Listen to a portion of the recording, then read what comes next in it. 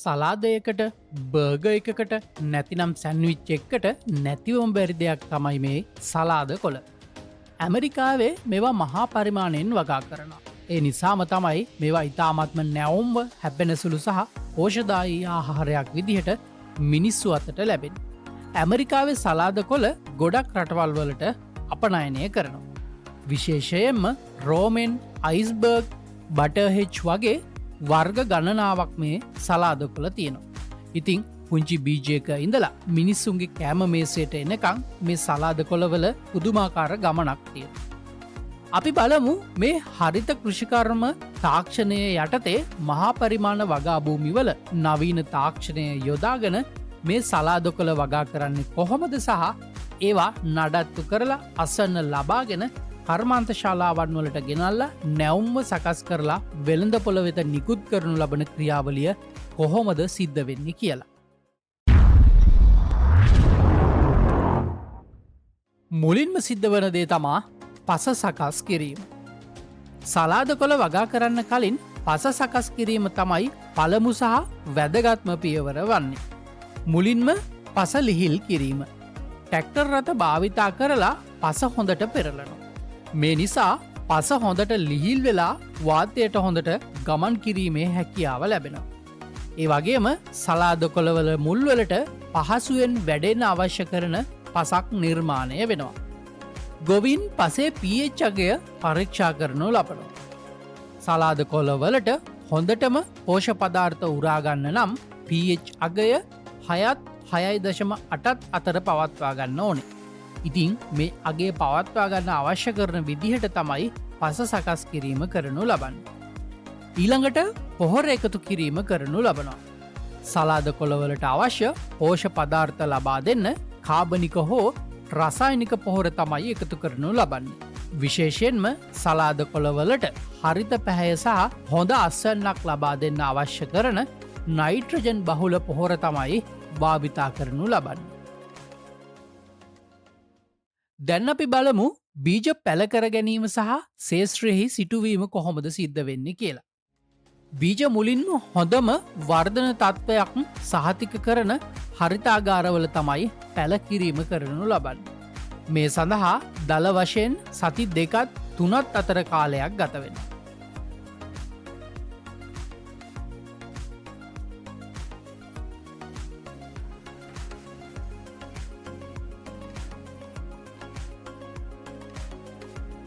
මේ විදියට පැල හරිතාගාරවල වගා කරලා පැල යම් ප්‍රමාණයකට වැඩුණට පස්සේ ස්වයංක්‍රීය විශේෂිත යන්ත්‍ර භාවිතා කරමින් වගාභූමිවල සිටුවීම කරනු ලබනවා. මේ විශේෂිත යන්ත්‍රවලට දවසකට අකර 15-25 අතර ප්‍රමාණයක පැල සිටුවීමේ හැකියාව ලැබෙන. මේක අතින් හිටුවනවට වඩා ඉතාමත්ම කාර්යක්ෂම ක්‍රමවේදයක් වෙනවා.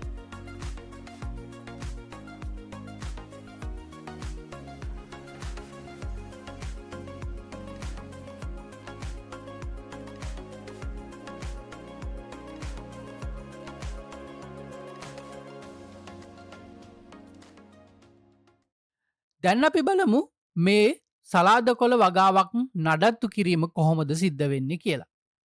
සලාද කොළවලට හොඳට වැඩෙන්න අවශ්‍යම දේ තමයි සීත කාලගුණය සහ නිරන්තර තෙතමනය. සලාද කොළවලට හොඳට වැඩෙන්න පැරන්හයිඩ් අංසක 55-70 අතර. ඒ කියන්නේ ශෙල්සියස් අංසක 13-21 අතර උෂ්ණත්වයක් අවශ්‍ය වෙනවා. මේ නිසා මේවා සාමාන්‍යයෙන් වවන්නේ වසන්තයේ මුල් කාලයේදී හෝ ගිම්හානයේ අවසාන කාලයේදී. මේ වගා නඩත්තු කිරීමේදී ඊළඟ වැදගත්ම දේ තමා අවශ්‍ය තෙතමනය රඳවා ගැනීම. මේ වගාභූමිවල බින්දු ජල සම්පාදන පද්ධති තමයි වැඩිපුරම භාවිතා කරන්න.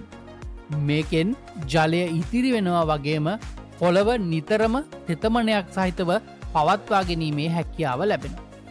සමහර වගාභූමිවල ස්ප්ලිංකර් වැනි ක්‍රමවේද භාවිතා කරමින් මුළු වගාභූමියටම ඉහලින් ජලය ඉහලා තෙතමනය රඳවා ගැනීමත් කරනු ලබනවා. මේ සලාද කොළ වගාවක් පවත්වාගෙන යාමේ අඳුරු පැත්තකුත් තියෙනවා.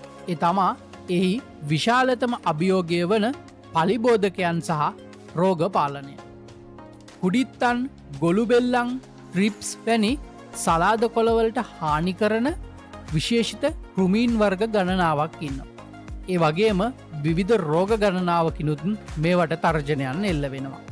ඉතින් ඒ නිසා මේ වගා භූමිවල පලිබෝධ පාලනයත් ඉතාමත්ම වැදගත් වෙනවා. මේ මහා පරිමාණ වගා භූමි ආරක්ෂා කරගන්න සහ ඉහළ අස්වැන්නක් සහතික කරගන්න ගොවීන් පලිබෝධනාශක සහ දිලීරනාශක නිතරම වගේ භාවිතා කරනවා. හැබැයි සමහර දියුණු ගොවිපලවල් වල අඩු රසායනික ප්‍රමාණයක් භාවිතා කරන්න උත්සාහ කරනවා.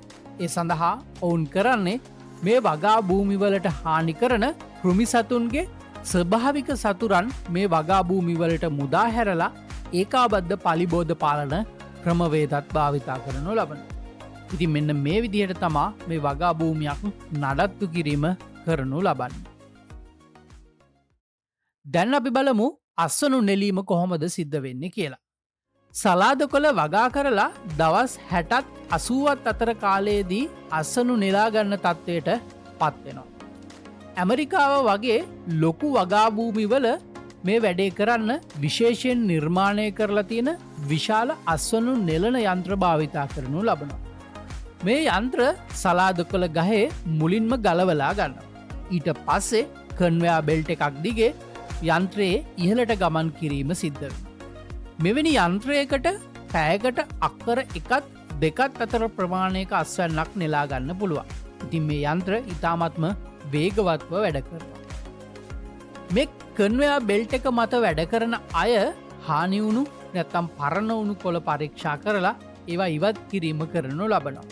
එනිසා මේ වගා භූමි වලින් හොඳම තත්ත්වය සහ නැවුම් සලාද කොළ විතරයි ඊළඟ ක්‍රියාවලින් වෙත අරගෙන යාම කරනු ලබන්න. ඒ වගේම සමහර මෘදු සලාද කොළ වර්ග හෝ පුංචි ගොවිපලවල් වල තාමත් අතින් තමයි මේ අස්වනු නෙලීමේ ක්‍රියාවලිය සිද්ධ වෙන්නේ. ඉතින් මේ කවර විදියකින් හෝ අස්වැන්න නෙලාගෙන සැකසුම් මධ්‍යස්ථානවලට අරගෙන යාම තමයි සිද්ධ වෙන්නේ.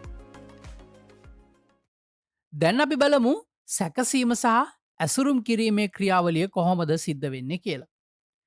අස්වනු නෙලාගත්තට පස්සේ මේ සැකසුම් මධ්‍යස්ථානවලට ගේන මේ සලාද කොළ වර්ග දෙකකට සකස් කිරීම කරනු ලබන. පළවෙනි එක තමා සම්පූර්ණ සලාද කොළ විදිහට සකස් කිරීම. සම්පූර්ණ සලාද කොළ මුලින්ම සීතල වතුරෙන් හෝ නැතම් සැහැල්ලු විසබීජනාශක ද්‍රව්‍යයක් අඩංගු ජලයෙන් සේදීම කරනු ලබනවා. මේකෙන් පස් බැක්ටීරයා පලිබෝධනාශක අවශේෂ ඉවත් කිරීම තමයි කරනු ලබන්න. ඊට පස්සේ හානිවුණු කොළ ඉවත් කරලා ඇසුරුම් කිරීම කරනු ලබනවා. මේවා සම්පූර්ණ කොළ විදිහට තමයි සුපිරි වෙළඳ සැල්වලට හෝ අපනයනය වෙත යොමු කරනු ලබයි. මේ විදිහට සලාද කොළ සකස් කිරීමෙන් පස්සේ වැඩි කාලයක් කල් තබා ගැනීමේ හැකියාව ලැබෙන. දෙවනි ක්‍රමය තමා කපලා සකස් කරපු සලාද කොළ විදිහට වෙළඳ පොළ වෙත නිකුත් කිරීම. මේවා වෙනමම සැකසුම් මධ්‍යස්ථානවල තමයි සිද්ධ වෙන්නේ. එහිදී සීතල වතුරෙන් හෝ විසබීජනාශක ද්‍රව්‍ය අඩංගු ජලයෙන් සේදීම මුලින්ම කරනු ලබනවා. ඊට පස්සේ ස්වයංක්‍රීය කැපුම් යන්ත්‍රයක් මගින් මේවා සමාන කෑලිවලට කැපීම කරනු ලබනවා. කැපුවට පස්සේ තෙතමනය අඩු කරන්න සහ නරක්වීම වලක්ව ගන්න මේවා සැහැල්ලු වියලන යන්ත්‍රයක් කරහා ගමන් කරන. ඉන් පස්සේ ප්ලාස්ටික් බෑග් හෝ මුද්‍රා තැබූ බහලුම්වල ඇසුරුම් කිරීම කරනු ලබනවා. මේවා සාමාන්‍යයෙන් අවන්හලවල් ෂණික ආහාර සඳහා හෝ කෑමට සූදානම් වුණු සලාද කොළ විදිහට සුපිරි වෙළඳ සැල්වලට තමයි යැවීම කරනු ලබන්න. සලාද කොළවල නැවුම් බව රැකගන්න අවසාන පියවර ඉතාමත්ම වැදගත්ව. ඇසුරුම් කරාට පස්සේ සලාද කොළ වහාම ශීත කාමර වෙත යොමු කිරීම කරනු ලබනවා. ඒ වගේ උෂ්ණත්වය සෙල්සියස් සංසක බිඳුවත් 4 අතර පරතරයක තමයි පවතින. මේකෙන් කරන්නේ සලාද කොළවල ස්වභාවික ශෝෂණ ක්‍රියාවලිය මන්දගාමී කිරීම සහ නැවුම්ව කල් තබා ගැනීම. ඉතිං අවශ්‍ය ගබඩා උෂ්ණත්වය ලැබුණට පස්සේ ඒවා සීතකරපු ට්‍රක්රතවල පටවලා සුපිරි වෙළඳ සැල් අවන්හලවල් හෝ ආහාර සැකසුම් මධ්‍යස්ථානවලට වගේම අපනයන ක්‍රියාවලිය සඳහා යොමු කරනු ලබනවා. ඉතිං මේ විදියට තමා බර්ගවලට සහ සැන්විච්වල්ට වගේම සලාදවලට භාවිතා කරන සලාද කොළ ඇමරිකාවේ මහා පරිමාණයෙන් වගා කරලා සකස් කරලා වෙළඳ පොළ වෙත නිකුත් කිරීම සිද්ධවෙන්. මං හිතනවා මේ වීඩියෝ එකෙන් ඔබ අලුත් දෙයක් දකින්න ඇති කියලා. ඉතිං ඒ ගැන වගේම මේ වීඩියෝ එක ගැන ඔබේ අදහස් මොනවද කියලා කමෙන්ට් එකක් දාන්න අමතක කරන්න එපා.